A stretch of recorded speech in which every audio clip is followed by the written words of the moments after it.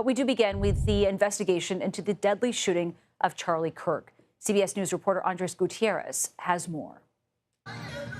As thousands mourned around the country for Charlie Kirk this weekend, Charlie was a man of courage and conviction and truth. Investigators are digging into the suspect's life. FBI Director Kash Patel spoke to Fox News this morning. His family has collectively told investigators that he subscribed to left-wing ideology, and even more so in these last couple of years.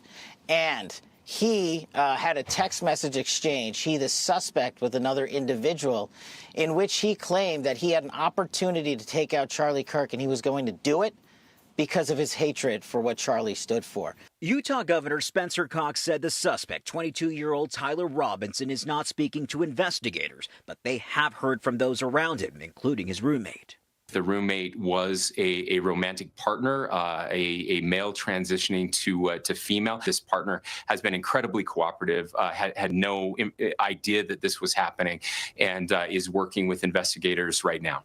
Cox said investigators are trying to figure out if that person's identity is relevant to the case. Kirk was a conservative activist staunchly against gender-affirming care and transgender rights, once tweeting it was a mental delusion. The Utah County Attorney is expected to file formal charges tomorrow before the suspect's first court appearance. Andres Gutierrez, CBS News, St. George, Utah.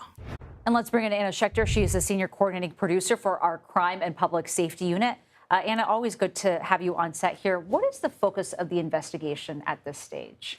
Well, right now, we just heard Kash Patel talking about the DNA linking Tyler Robinson, the suspect, to the scene of the crime, to the weapon used in the crime, allegedly.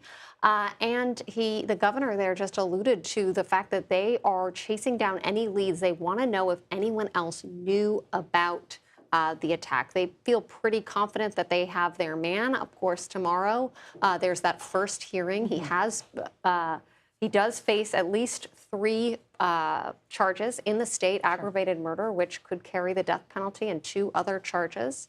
So we'll probably learn a lot more tomorrow. I should also mention they're looking into Discord, which is an online platform that the alleged shooter was in at least one chat group, communicating with others in the time leading up to the attack. So they're combing through all of that. Of course, Discord will have had to produce all of those communications and has turned those over to the FBI.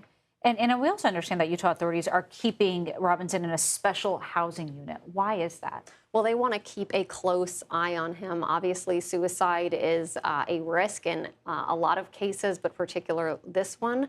They want to make sure he stays safe from himself and others. All right, Anna Schecter, thank you very much. I'm sure we'll be talking to you tomorrow as well.